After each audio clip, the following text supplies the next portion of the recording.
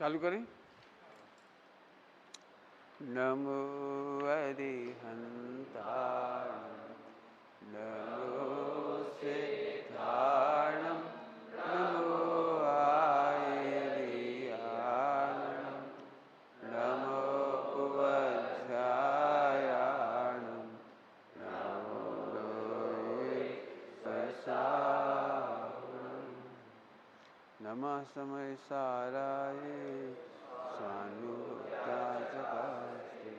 चित्स्वभावाय भावाय सर्वभावाय।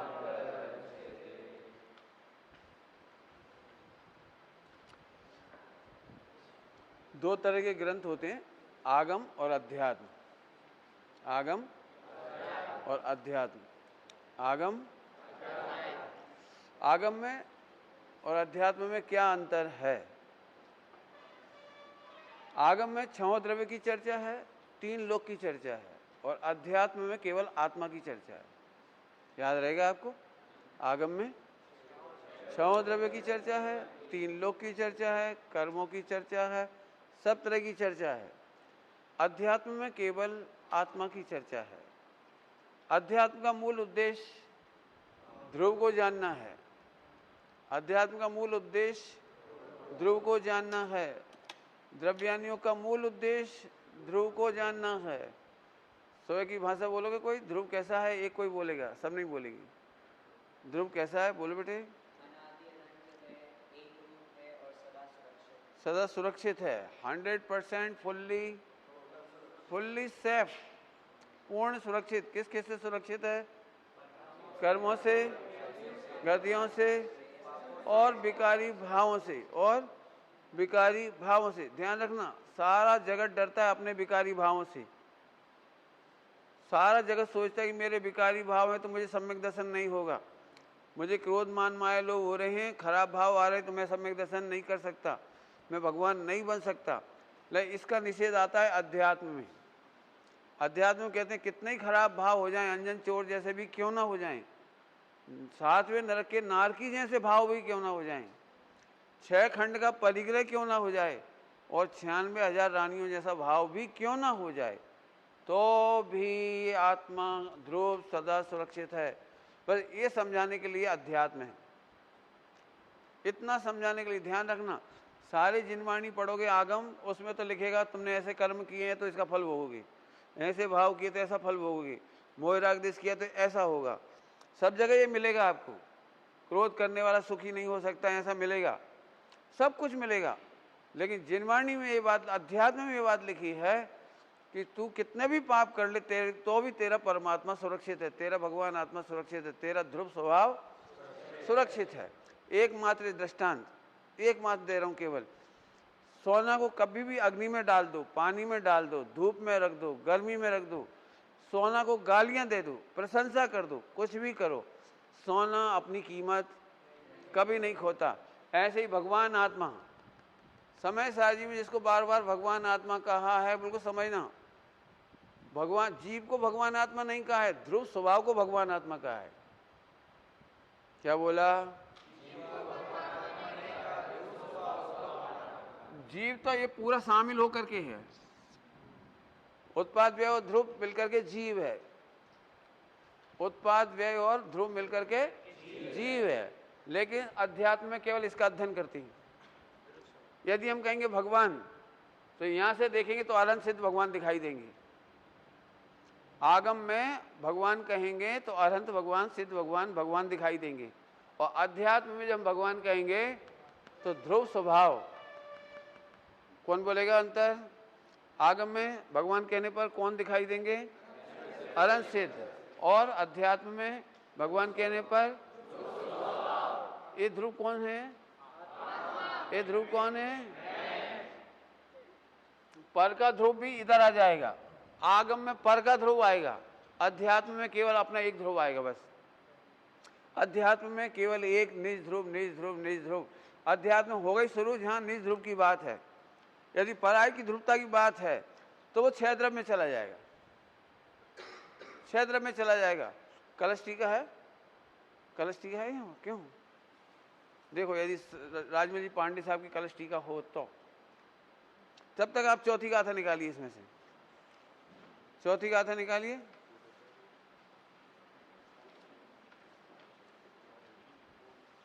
मिली?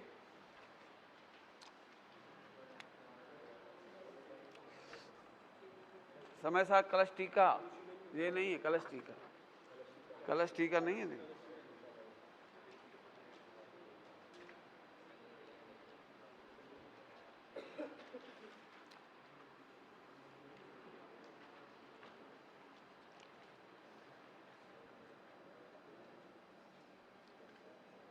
5वीं गाथा देखिए, 5वीं गाथा, चौथी भी दिखाएंगे नहीं, 5वीं देख लो।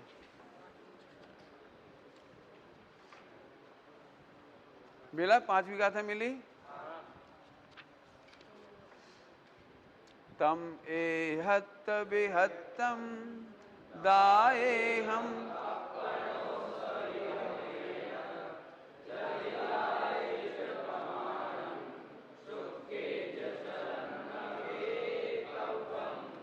कोई बात दर्शाऊं एक, हिंदी देखो, भक्त को आत्मा तने निज विभव से दर्शाऊं तो करना प्रमाण न छल ग्रहो स्खलना बने। केवल सुनना, आपको इसको सरस करना है। मैं पूरे समय सार जी में एकत्व विभक्त आत्मा की चर्चा करनी है। यदि प्रवचन में परीक्षा में पूछा जाए कि समय सार जी का प्रतिपाद्य क्या है, यदि पूछा जाए कि समय सार जी की मूल विषय वस्तु क्या है, तो उसका उत्तर 5वीं गाथा में आया है। मैं गाऊंगा, केवल आप ध्यान से सुनेंगे तो आनंद आएगा आपको। दर्शाऊं एक विभक्त को आत्मा तने निज विभव से। मैं अपने निज वैभव से माने स्वानुभव से, मैं अपने स्वानुभव माने खुद अनुभव करके बता रहा हूं। क्या दिखाऊंगा समय सार जी में? एकत्व विभक्त भगवान आत्मा। नीचे देखिए गाथा 8 में लिखा हुआ है एकत्व विभक्तम, एकत्व विभक्त आत्मा को मिला। गाथा 8 देखो नीचे, एकत्व विभक्त आत्मा को मैं आत्मा के निज वैभव से दिखाता हूं, मैं अपने निज वैभव से दिखाता हूं। यदि दिखाऊं तो प्रमाण करना, स्वीकार करना, और यदि कहीं चूक जाऊं तो छल ग्रहण नहीं करना, छल ग्रहण नहीं करना। आइए अब आगे बढ़ते हैं। एकत्व विभक्त आत्मा, पूरे समय सार का प्रतिपाद्य क्या है? पूरे समय सार जी का प्रतिपाद्य क्या है? मूल विषय वस्तु क्या है? याद रखेंगे। अब इसको देखिए, एकत्व का मतलब होता है जो अपने में एक पना, जैसे शक्कर में मीठा पना एकत्व है उसका, मिला? अच्छा तुम कुछ बोल लिया, चलो कोई बात। तो शक्कर में मीठा पना ये उसका एकत्व है। बिल्कुल ध्यान से इधर देखो, उधर उधर नहीं तो फिर उठा देंगे हम। नहीं समझ में आया, आप हाथ खड़ा करो, आप समझा सकते हैं। इसलिए हमने सबको नहीं बिठाया, केवल शास्त्री और उपाध्याय को बिठाया है। मैं चाहता हूँ एक बार समय सार पढ़ने का रस आपको लग जाएगा तो आप खुद पढ़ सकेंगे। ध्यान से सुने, एकदम सरल करेंगे हम आपको, ठीक है? हाँ, क्या कहा? एकत्व और विभक्त। आत्मा आत्मा है और शरीर से विभक्त है। आत्मा आत्मा है, कर्मों से अलग है, राग से अलग है, कर्मों से, गतियों से, यहां तक कि पर्यायों से विभक्त है। ये रहा हमारा एकत्व और इससे है विभक्त। सुबह पढ़ा चुके हैं इसको। इससे है विभक्त और इससे है एकत्व। क्या कहा हमने? इससे है एकत्व, ध्रुव स्वभाव से एकत्व, माने एक पना रहेगा, एक पना कभी नहीं मिटेगा, सदा सुरक्षित है। और पर से विभक्त है, माने मोह राग देश से विभक्त है, शरीर से विभक्त है, शुद्ध पर्यायों से। बस अब पूरे समय सार जी में यही बताना है। जीवा जीव अधिकार, पहला अधिकार है जीवा जीवाधिकार। नाम से मालूम पड़ रहा होगा जीव और अजीव। यदि हम आगम में, आगम और अध्यात्म में क्या अंतर बताया था अभी हाल?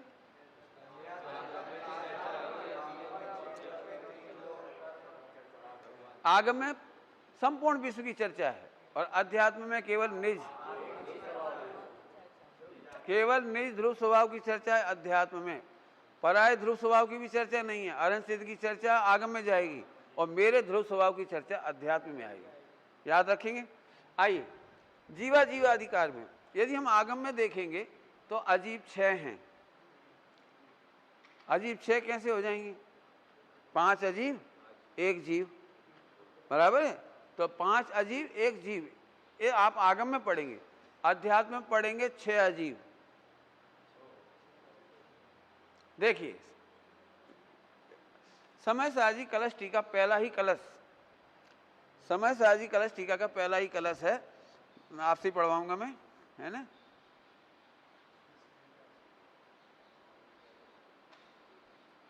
ठीक है, समय सर कलश को कलश, हाँ कलश, हाँ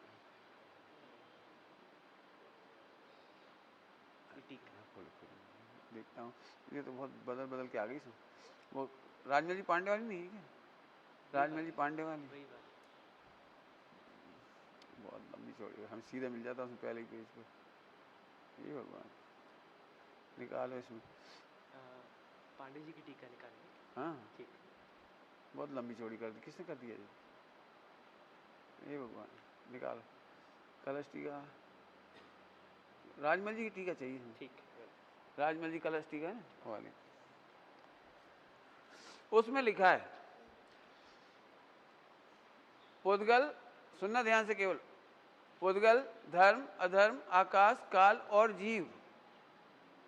आखिरी में अजीब में जीव को भी ले लिया। हम कहां से पढ़ते हैं? जीव। उन्होंने बोला है पुद्गल, धर्म, अधर्म, आकाश, काल और जीव। इनके जाननहारे को ज्ञान भी नहीं और सुख भी नहीं, और जीव के जाननहारे को ज्ञान भी है और सुख भी है।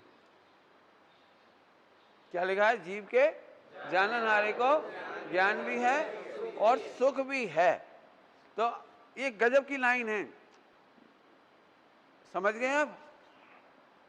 पंच परमेष्टि मेरे लिए क्या हैं? जीव हैं या अजीव? अजीव हैं।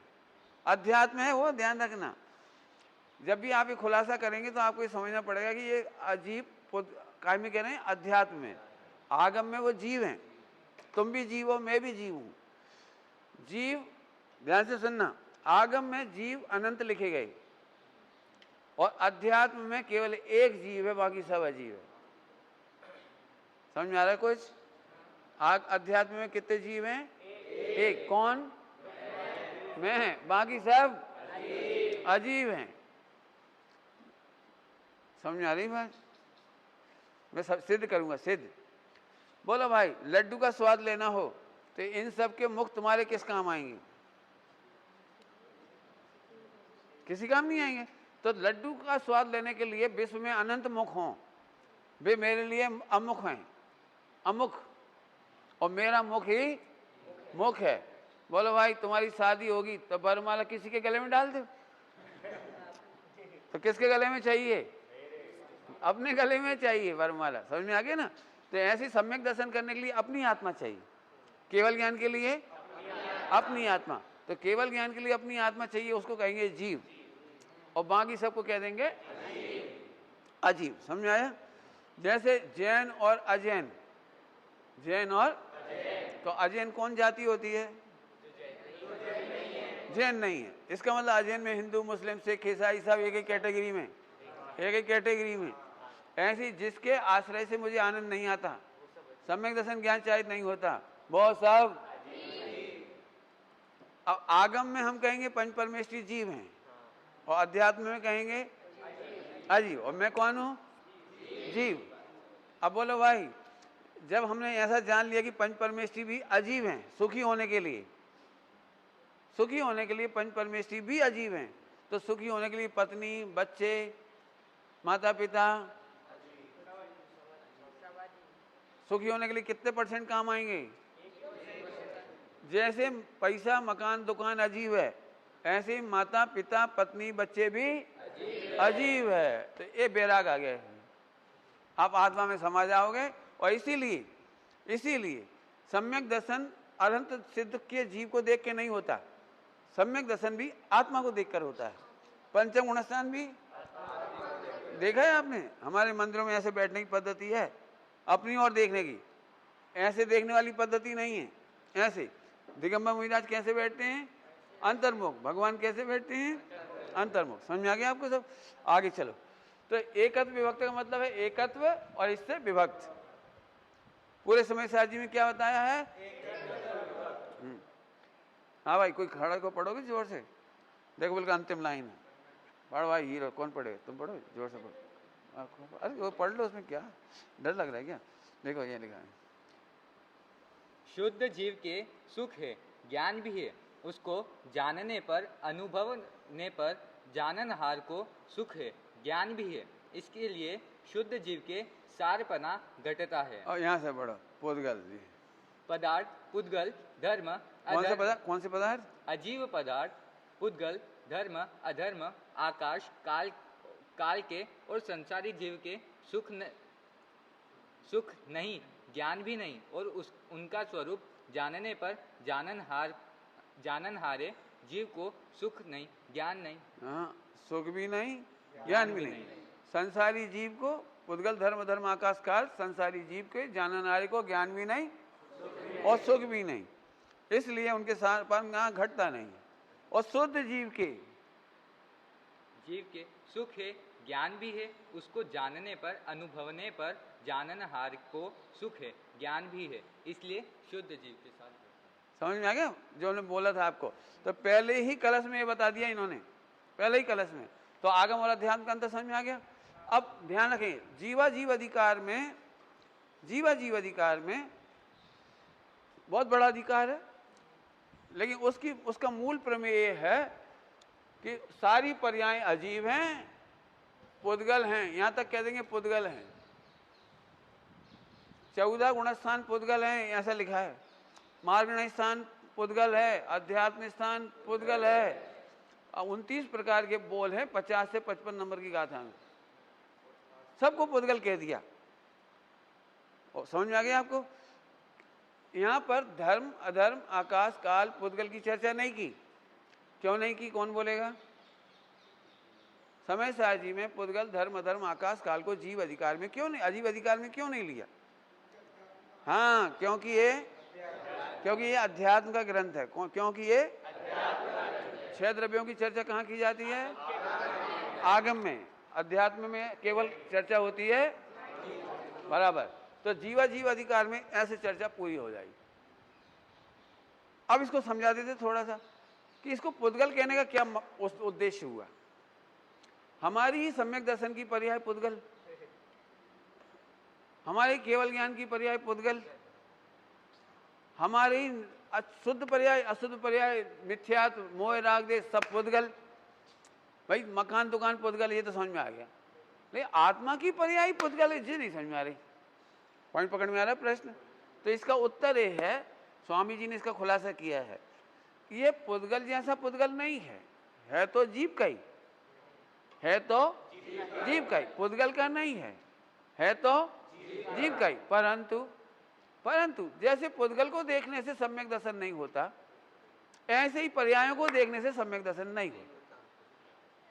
पर्यायों में से 3 तरह की पर्याय बताई थी सुबह, शुद्ध पर्याय, शुभ, अशुभ। तीनों पर्यायों को देख करके शुद्ध पर्याय नहीं होती। सम्यक दर्शन करने के लिए 3 पर्याय मत देखो, केवल बस। समझ में आ गया सबको?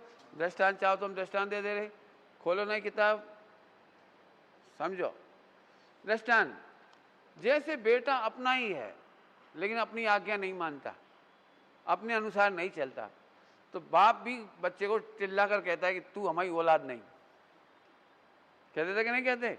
और ज़्यादा खराब निकले तो अखबार में निकलवा देते हैं, आज से इस बेटे के प्रति हमारी कोई जिम्मेदारी नहीं। एक खाए पिए, उधार ले, कर्जा खाए, कुछ करे, उल्टा सीधा करे, हमारी इसकी जिम्मेदारी नहीं, ऐसा बोल देते हैं। तो अपना होने पर भी अपना नहीं मानते। ऐसे ही अपनी पर्याय होने पर भी सम्यक दर्शन में निमित्त नहीं बनती, इसलिए हम अपनी मानते पॉइंट। अपनी कह सकते हो लेकिन मान नहीं सकते। क्या बोला? क्यों क्यों नहीं मान सकते? क्योंकि इसका आश्रय लिया जा सकता नहीं, बस इतनी सी बात है। अब अधिकार आया कर्ता कर्म अधिकार। अब अधिकार आ रहा है कर्ता कर्म। दूसरा अधिकार, सबसे बड़ा अधिकार, कर्ता कर्म अधिकार।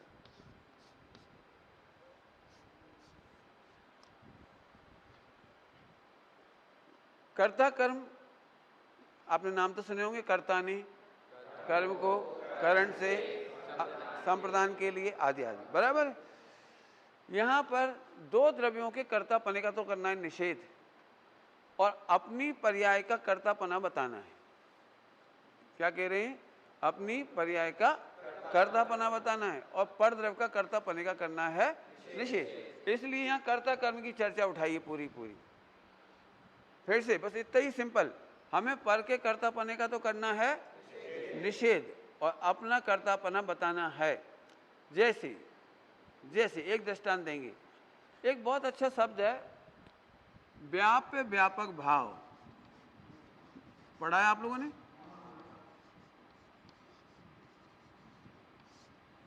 कर्ता कर्म का मूल है व्याप्य व्यापक। कर्ता कर्म का मूल है क्या होता है व्याप्य व्यापक? तो बस सुनिए, मैं बताता हूं। सोने के हार में जो व्यापक होगा वो ही उसका कर्ता होगा। तो सोने के हार में महिला व्यापक है, सोने के हार में महिला व्यापक है कि नहीं?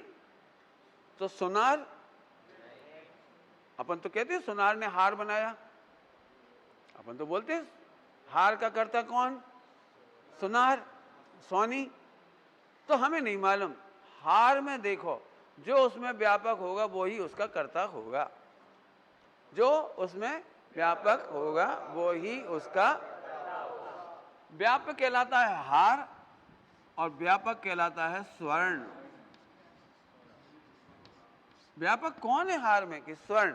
इसका मतलब हार का कर्ता स्वर्ण है, सोनी नहीं, हथौड़ा, छैनी, फूकनी, फूकनी देखिए फूकते हो, अग्नि नहीं।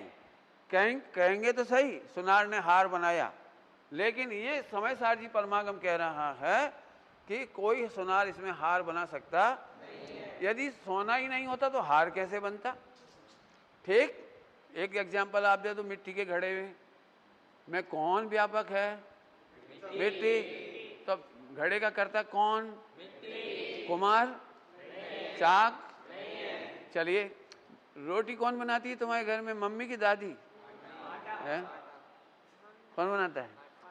क्या तुम्हारे घर में रोटी कौन बनाता है? मम्मी। तुम्हारे घर में आटा, तुम्हारे घर में आटा बनाता है, बहुत बढ़िया। अब मम्मी रोटी बनाती है ये आगम में है, दादी रोटी बनाती है ये आगम में है। चक्का, बेलन, पटा, तवा, ये सारी चर्चा आगम में है। और अध्यात्म में एक आएगा कि हमें नहीं मालूम, हमें तो ये बताओ कंपलसरी, यदि आटा नहीं होता तो बाई क्या कर लेती? आटा नहीं होता मुझे तो पटा बेलन क्या करती? आटा ही नहीं होता तो पानी क्या कर लेता? अग्नि क्या कर लेती? बोलो, चिमटा क्या कर लेता? कल्पना करो, हम तुम्हें 100 में से 99 चीज दे दें, बस आटा ना दें, तो रोटी 99% बन जाएगी। % कहाँ मिल गया था? 99। तो रोटी कितने % बन गई? अब सोचो, यदि हम ध्रुव को ना देखें तो देव मिल जाए, शास्त्र मिल जाए, गुरु मिल जाए, दिव्य ध्वनि मिल जाए, मंदिर मिल जाए, करोड़ों रुपए का दान दे दो, करोड़ों बार अनंत बार मुनि बन जाओ, व्रत उपवास कर लो, तपस्या कर लो, तीर्थ यात्रा कर लो, करोड़ों अरबों दान दे दो, करोड़ों मंदिर बनवा दो, अरबों प्रतिमा बनवा दो, हाँ, कितने % सम्यक दर्शन हो जाएगा? क्यों? क्योंकि कोई बढ़िया बात बोलोगे, क्योंकि सम्यक दर्शन में व्यापक है ध्रुव। सम्यक दर्शन में अनंत व्यापक नहीं होते, सिद्ध व्यापक नहीं होते, शास्त्र व्यापक नहीं होते, बिना शास्त्र के सम्यक दर्शन हो सकता है, बिना अरहंत के सम्यक दर्शन हो सकता है, लेकिन बिना ध्रुव को देखे सम्यक दर्शन नहीं हो सकता। अब बोलो तुम्हारे पास कितनी कीमती चीज है, तुम्हारे पास कितनी कीमती चीज है। एक ध्रुव की दृष्टि ना हो और करोड़ों शास्त्र पढ़ लेना, करोड़ों पंडित बन जाना, तुम जोड़ बात है ये, जबरदस्त मस्त बात है। कुछ नहीं हो लेकिन ध्रुव की दृष्टि हो।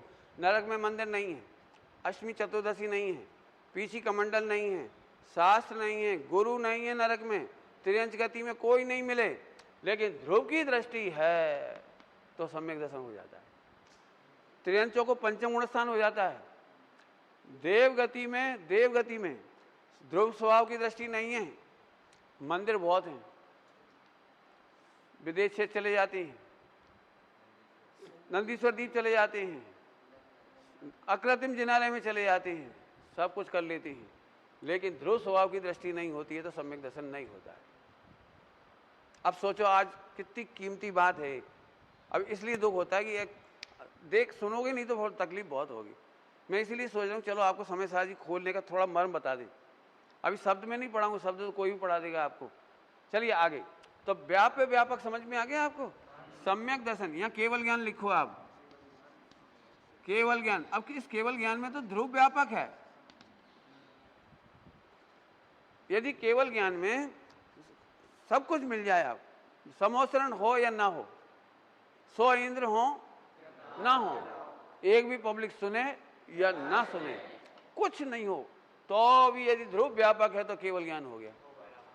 और एक ध्रुव का पता नहीं हो तो मुनि बन जाओ, पीछी कमंडल कर लो, करोड़ों बार अनंत बार लिखा है, पे निज आत्म ज्ञान बिना सुख। तो आत्म ज्ञान का मतलब है यहाँ ध्रुव का ज्ञान। बराबर समझ में आ गया। तो कर्ता कर्म अधिकार में सबस पर के कर्ता का तो निषेध किया है और अपने कर्तापन का स्वीकार किया है, क्योंकि कर्ता कर्म में व्यापक कौन है? ध्रुव। समझ में आ गया आपको।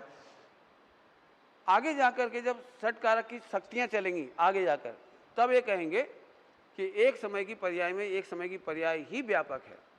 आगे जाके कहेंगे वहां ध्रुव भी व्यापक नहीं है, क्योंकि एक समय की पर्याय का कर्ता वो पर्याय ही है। लेकिन अभी हमें पर से जुदा करना है। हमारे दिमाग में क्या रहता है, इसने मुझे राग करा दिया, इसने मुझे द्वेष करा दिया, अपने को लगता है ना ऐसा।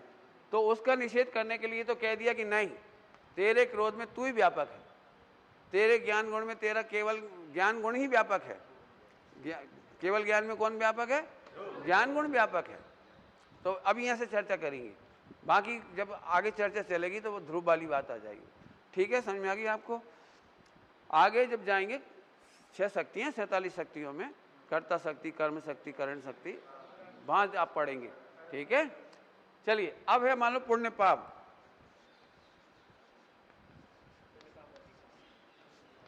पुण्य पाप अधिकार, ये तो आपको मालूम है कि यहाँ पुण्य पाप नहीं है, यहाँ पुण्य पाप नहीं है।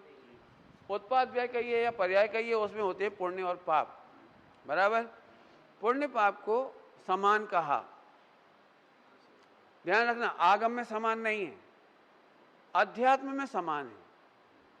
आप जब प्रवचन करेंगे तो इसको पहले स्पष्ट कहेंगे कि आगम में दोनों में समानता नहीं है।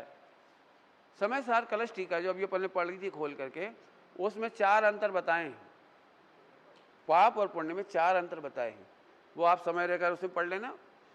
यहाँ पर हम आपको बताएंगे कि पुण्य पाप समान क्यों हैं, क्योंकि हमें ध्रुव की दृष्टि करनी है, इसलिए पुण्य की दृष्टि करने से या पाप की दृष्टि करने से सम्यक दर्शन नहीं होगा, इसलिए समान है, वैसे समान नहीं है।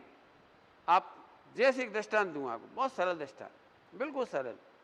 यदि हम आपको रसगुल्ला दें तो रसगुल्ले की निंदा करने से आपको आनंद आएगा, स्वाद आएगा, या प्रशंसा करने से?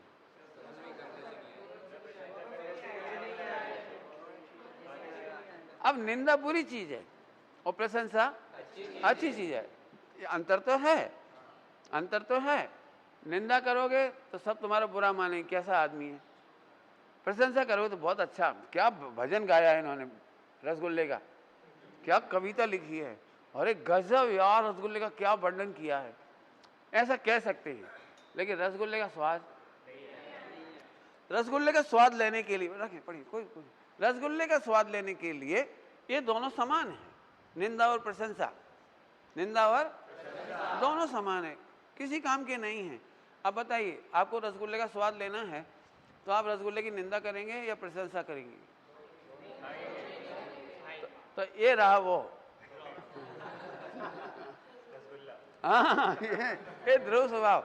आप इसकी कई लोग ऐसे मिल जाएंगे जो ध्रुव की प्रशंसा करेंगे, आ हा हा, अरे आहा मत कर, ऐसा कर, समझ आ गया? अब क्यों रसगुल्ला की तारीफ करोगे, खेचोगे? तो ये रहा वो ध्रुव। तो इसको हम कहते हैं शुद्ध भाव। शुद्ध भाव कब प्रकट हुआ? जब उसने ध्रुव को जाना। तो सरल दृष्टांत है, यहां पर हमको आगम वाले पुण्य पाप नहीं बताने हैं, आगम वाले पुण्य पाप नहीं बताने हैं। मंदिर जाना पुण्य है, व्यापार करना पाप है, शादी करना पाप है, ब्रह्मचर्य लेना पुण्य, ये नहीं है। इस पूरे समय सार जी में पाप पुण्य का मतलब है जो ध्रुव की बुराई करे वो पाप, ध्रुव की बुराई करे वो पाप, और ध्रुव की प्रशंसा करे वो पुण्य। आत्मा की निंदा करे वो पाप, और आत्मा की प्रशंसा करे वो पुण्य। दो तरह के लोग मिल जाएंगे, समय सार पढ़ने वाले भी, समय सार पढ़ने वाले भी। समय सार पढ़ने काय की आत्मा फात्मा बड़ी शुद्धात्मा लगा रखी है, जब समय सार जाने कैसो है, जहां देखो वहीं शुद्धात्मा शुद्धात्मा, चूल्हे में जाए। तो ऐसे आत्मा का कर दिया इन्होंने खात्मा, फात्मा बना दिया। तो ये तो हो गया पाप। और आत्मा की तारीफ करने वाले भी बहुत हैं। अरे भैया गजब हो गया, आचार्य कौन स्वामी ने वो भैया बड़ा उपकार किया, और कांजी स्वामी ने तो भैया साक्षात खोल के दिखा दिया भगवान आत्मा, कल हाथ पे रख के दे दिया। अरे भैया गजब हो गया, अरे धन्य भैया, अरे भैया अरे अपन तो भगवान आत्मा और तुम भी भगवान आत्मा, अरे भैया अपन तो मजा आएगा। तो आत्मा के गीत गाने वाले भी बहुत हैं और आत्मा के बुराई करने वाले भी बहुत हैं, लेकिन दोनों समान हैं। जो आत्मा की निंदा कर रहे हैं उन्हें भी आत्मा नहीं मिल रहा, और जो आत्मा की प्रशंसा कर रहे हैं उन्हें भी आत्मा नहीं मिल रहा। अब बोलो भाई, समय सार पढ़ के क्या करना है तुम्हें? जिंदगी भर सुनाना है या स्वाद लेना है? अब जो ध्रुव है वो, जिस दिन भी देखोगे ये ज्यों का त्यों मिलेगा, जिस दिन भी देखोगे ये ज्यों का त्यों मिलेगा। अनादिकाल से ज्यों का त्यों है, अनंत काल तक ऐसा ही रहेगा। इसको कहा है भगवान आत्मा। समय सार जी की गाथाओं में जगह जगह इसको क्या कहा है? भगवान आत्मा कहा है, जो पर से विभक्त है और स्वयं से एकत्व है। एकत्व ने अनादि अनंत एक रूप, एकत्व मतलब अनादि अनंत एक रूप हो गया। तो ये पुण्य पाप अधिकार जय हो खत्म हो गया, इतना ये पुण्य पाप अधिकार। अब मान लो बंद अधिकार, बंद अधिकार, बंद अधिकार। यदि आप आगम में पढ़ने जाओगे तो आश्रम बंद के भेद मिलेंगे, भेद प्रभेद परिभाषा। कोई भी चीज पढ़ाओगे तो कैसे पढ़ाओगे? आश्रम किसे कहते तो आश्रम की परिभाषा, उसके भेद प्रभेद। लेकिन समय सार जी में आश्रम के, बंद के, संबर के, निर्जरा के कोई भेद नहीं है, क्योंकि इन्हें आश्रम बंद पढ़ाना ही नहीं है। संबर अधिकार में संबर नहीं पढ़ाना है, वो पढ़ना है तो आप उसमें पढ़ लीजिए तत्वार्थ सूत्र में, आप भाव बजा के पढ़ लीजिए सब। भाव संबर, द्रव्य संबर, भाव आश्रव, द्रव्य आश्रव, भाव बंद, द्रव्य बंद, भाव संबर, भाव निर्जरा, भाव मोक्ष। जी हम नहीं पढ़ाएंगे। समय सार जी कह रहे भैया हमारे पास टाइम नहीं है, हम नहीं पढ़ाएंगे। तो कहने के लिए बंद अधिकार है, लेकिन वास्तव में ये कहता है ध्रुव कैसा है कि अबंध।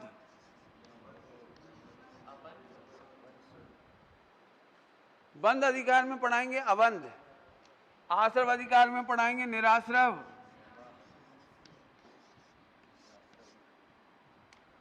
संबर में पढ़ाएंगे असंबर। यहां संबर होता ही नहीं कछु, यहां कछु है ही नहीं। यहां मोक्ष अधिकार में पढ़ाएंगे मुक्त, मुक्त निपट गया पूरा पूरा, समय सार पूरा हो गया, कुछ करना ही नहीं। क्यों? कारण क्या है? जो भी ये आश्रम बंद है वो इधर होते हैं पर्याय में। आश्रम बंद पर्याय में होता है, ध्रुव में नहीं होता। संबंध निजरा पर्याय में होती है, ध्रुव में, मोक्ष पर्याय में होती है। और हमें हाँ, यहाँ हमने कौन सी गारंटी दी थी? हम आश्रव से विभक्त बताएंगे।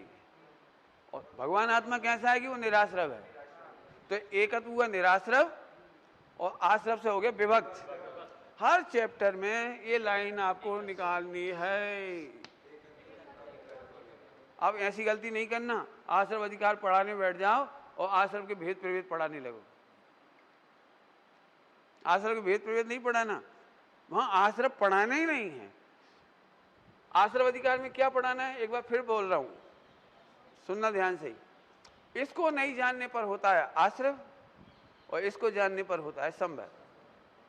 इसको नहीं जानने पर होता है आश्रव बंद और इसको जानने पर होता है संबंध निजरा मोक्ष। हो गया पूरा। जल्दी बोल गए होंगे। 11th वाले बच्चे कौन से इसमें? आगे आगे, वेरी गुड। कम समझ में आ रहा होगा, जल्दी बोल गए। फिर से देखो मेरी उंगलियां, जीव, अजीव, आश्रव बंद, संबंध निजरा, मोक्ष, 5 उंगलियां हैं, बराबर। ये तो रहा ध्रुव, ये ध्रुव, ये तो रहा ध्रुव, जीव। और मुझे छोड़कर सब, सब में कौन आ गया? हाँ, अजीब में संबंध निजरा मोक्ष भी आ गया। पुद्गल धर्म धर्म तो आ ही गए, लेकिन ये जीव और ये अजीब, 2 बचे बस, 2, जीव और अजीब। अब इनको अजीब क्यों कह रहे हैं? क्योंकि इनका आश्रय करने से सम्यक दर्शन होता नहीं है। इनका आश्रय करने से शुद्ध पर्याय आती नहीं है। वापस आओ, जीव और मुझे भूलने पर हो गए ये सब अजीब। और फिर भी मैं अजीब में मानता हूं सुख, ज्ञान ढूंढता हूं, शास्त्रों में ज्ञान ढूंढता हूं, तो आश्रय बंद। मंदिर में सुख ढूंढता हूं, मंदिर में ज्ञान ढूंढता हूं, मंदिर में चारित्र ढूंढता हूं, सम्यक दर्शन ढूंढता हूं, तो हो गया आश्रय बंद। और अपने में ढूंढा तो हो गया संबंध निजरा, और अपने में समा गए तो हो गया मोक्ष। फिर से बोलूं, फिर से, मैं जीव, ये वाला ध्रुव, ध्रुव, मैं जीव, मुझे छोड़कर सब, सब, दया खाओ। इतना बढ़िया मोक्ष भी। ओ, तुम मुमुक्षु लोग मार डालो, लोग पचा नहीं पाएंगे इसको, इसलिए समय साजी पचा नहीं पाता आदमी। स्वामी जी के अलावा जितने लोगों ने इस शास्त्र का प्रवचन लिखा है, चाहे माताजी हों चाहे आचार्य हों, इसकी जितनी टीकाएं की हैं उसमें उन्होंने आगम मिला दिया। जब भी इसका प्रवचन करते तो उसमें आगम मिला दिया है।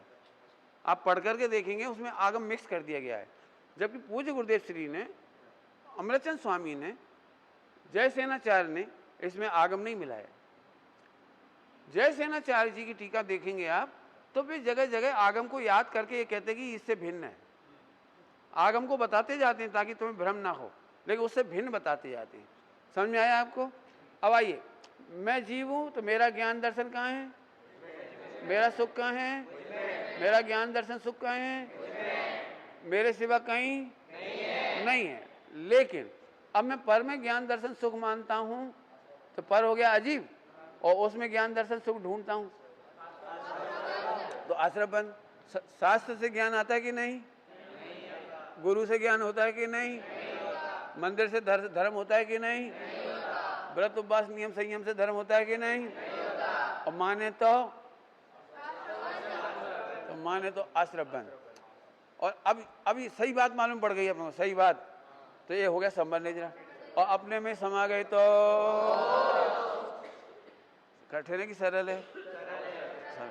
अब फिर से बताता हूं। तो फिर पंडित जी, अभी मैंने मिथ्यात्व की तरफ से बताया है, थोड़ा मिथ्यात्व की तरफ से।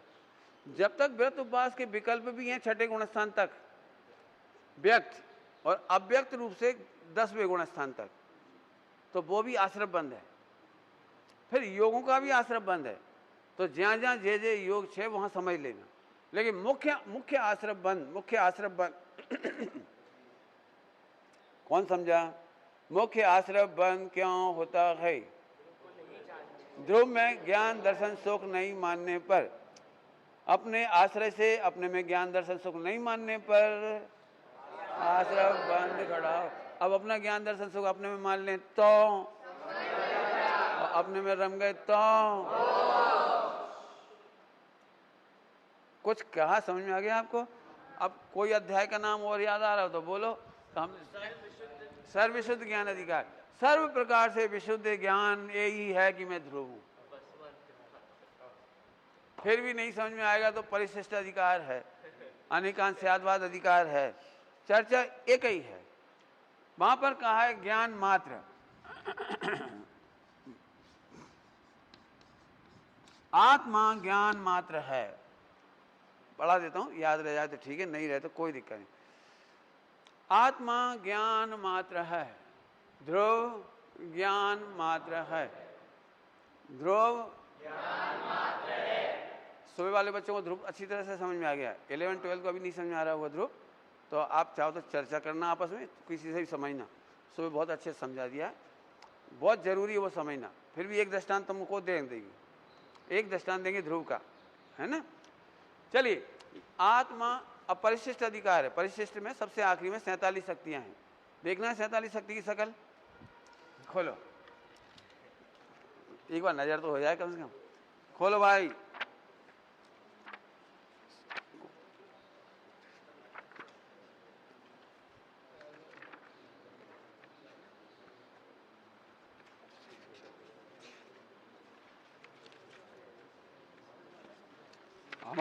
हमारा जो पेज नंबर है वो तो है 745।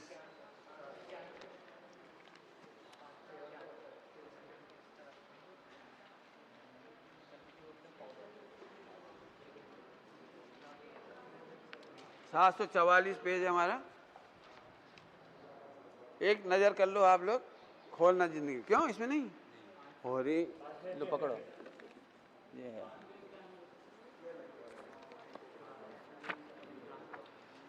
सैतालीस शक्ति नहीं हो, यहाँ से हो ही नहीं सका। और पेज नंबर अंतर है 669। लो देखो, देखो ये 47 नए आचार्य रमणचंद्र स्वामी ने परिशिष्ट में 47 नए लिखे वहां, और यहाँ लिखे हैं 47 शक्तियां। और घातीय कर्म की प्रकृतियां भी कितनी होती हैं? 47, मुझे पता नहीं था। चलो, तो 47, इसका मतलब ये है कि घातीय कर्म ही दुख रूप है ना, उन्हें घात करना हो तो इन्हें जान लो भाई। ठीक है, ये शक्तियां हैं। इसी में आपको मिलेंगी अंतिम 6-7 शक्तियां जो मैंने बोली थी। कर्म शक्ति, कर्ता शक्ति, कर्म शक्ति, करण शक्ति। देखो देखो एक बार देखो है कि नहीं, देखो छपी है कि नहीं छपी। देखो 40 नंबर की शक्ति है क्रिया शक्ति, कर्म शक्ति मिल रहा है, करण शक्ति, संप्रदान शक्ति, फिर अपादान, अधिकरण, और आखिरी में संबंध शक्ति। मिली कि नहीं मिली? ये अभी तक नहीं ढूंढ पाए। तुम कहाँ देख रहे हो? सबसे पीछे चले जाओ, बिल्कुल पीछे। गाथाएं तो है ही नहीं वहां। चलो कोई बात नहीं। अब कितनी बज गई घड़ी में? टाइम हो गया। अब बोलो भाई, समय साजी पूरा पढ़ा कि नहीं पढ़ा? अब पूरी सिद्धि करने के लिए गाथाएं, आप चाहो तो कोई सा भी अध्याय अपन पढ़ सकते हैं बड़े आराम से, बहुत आराम से। मोक्ष अधिकार की चर्चा देखिए आप। मोक्ष अधिकार, एक गाथा खोल लेंगे अपन जब तक अपने पास टाइम है। मोक्ष अधिकार की एक गाथा निकालिए।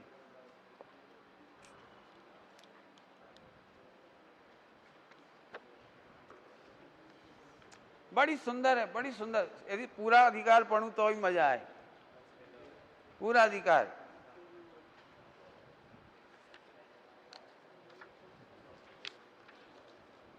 हमारे पेज अंतर होगा।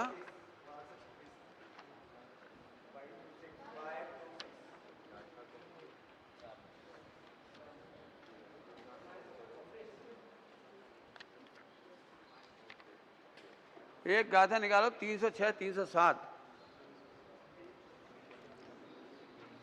एक गाथा है 306, 307,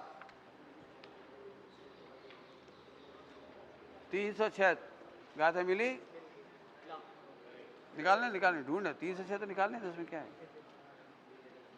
इससे तुम ग्रंथ खोलना सीखोगे। ठीक, मिल गई? पढ़ो हिंदी। प्रतिक्रमण अरु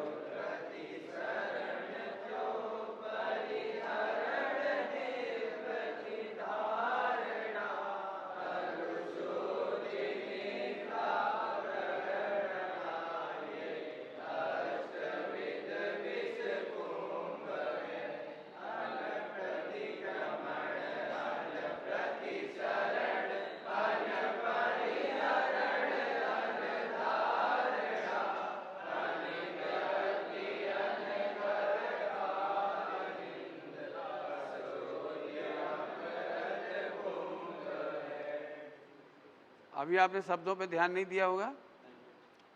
अशुद्धि अमृत कुंभ है, ये तो गलती से छप गया होगा। अशुद्धि अमृत कुंभ हो सकती है। देखो क्या लिखा है, अशुद्धि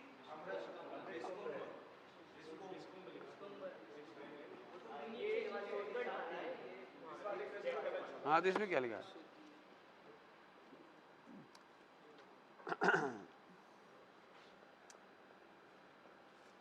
हाँ, तो एक देखो ऊपर देखो, कोई बात नहीं।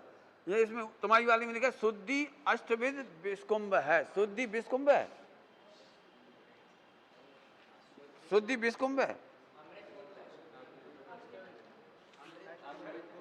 हैं? विषकुंभ लिखी ना ऊपर, और नीचे कर रहा अमृत कुंभ है। हाँ ऊपर विषकुंभ है। इसमें लिखा है शुद्धि विषकुंभ है, अशुद्धि अमृत कुंभ है।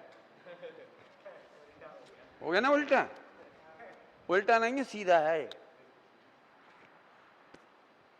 ध्यान से सुनो, बस समय पूरा हो रहा है अपना।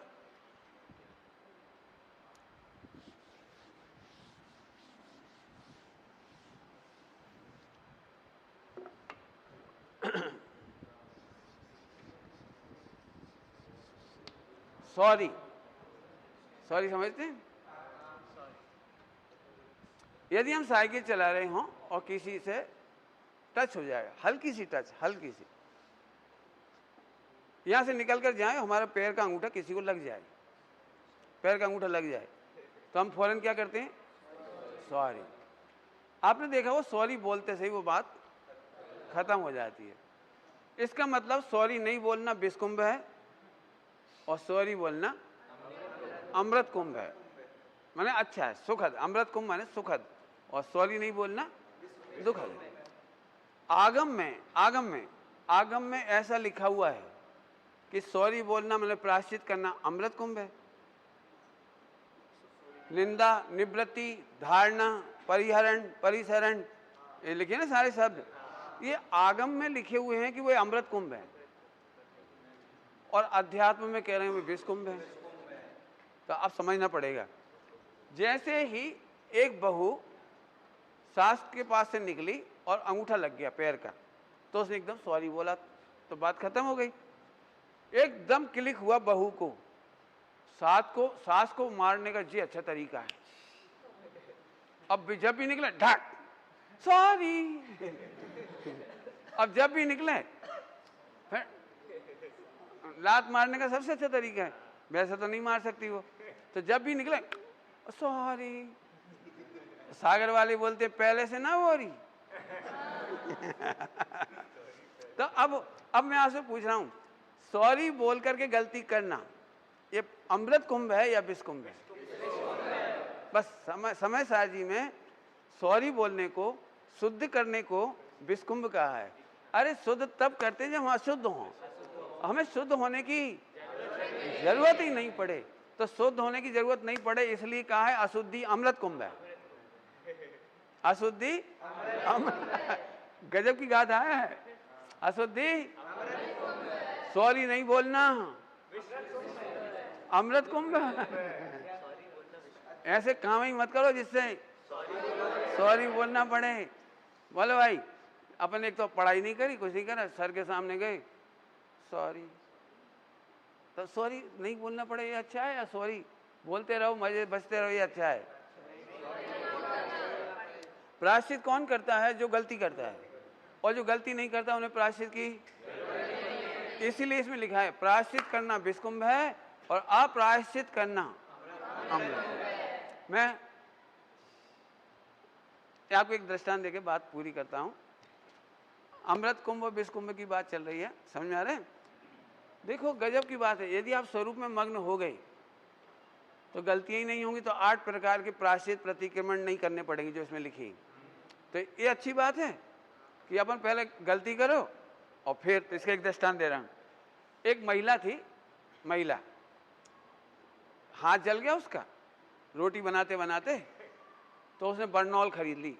बाजार में बर्नॉल होती है, जब जल जाते तो लगाने के लिए बर्नॉल, अब वो लगाई। फिर उस पर लिखा था कि अक्टूबर या सितंबर, अभी सितंबर चल रहा है, सितंबर, आज की तारीख क्या है? 24 सितंबर एक्सपायरी डेट।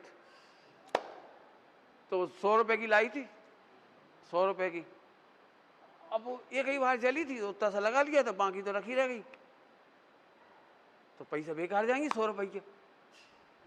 तो माने अब क्या करें, बर्नॉल तो बेकार चली जाएगी, 100 रुपए की बेकार चली थी।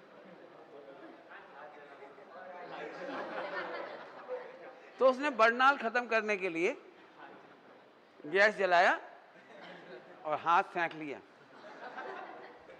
फिर उसने बड़ी प्रसन्नता के साथ दबा दबा के, आपने देखा है अपन ट्यूब कैसे करते हैं, आखिरी में ठोक ठोक के पूरी निकाल के लगा ली, पूरे में लगा ली पूरी की पूरी बर्नॉल। और फिर कोई लोग आए, कहो क्या हो गया? वो कुछ नहीं, बर्नॉल फालतू रखी थी।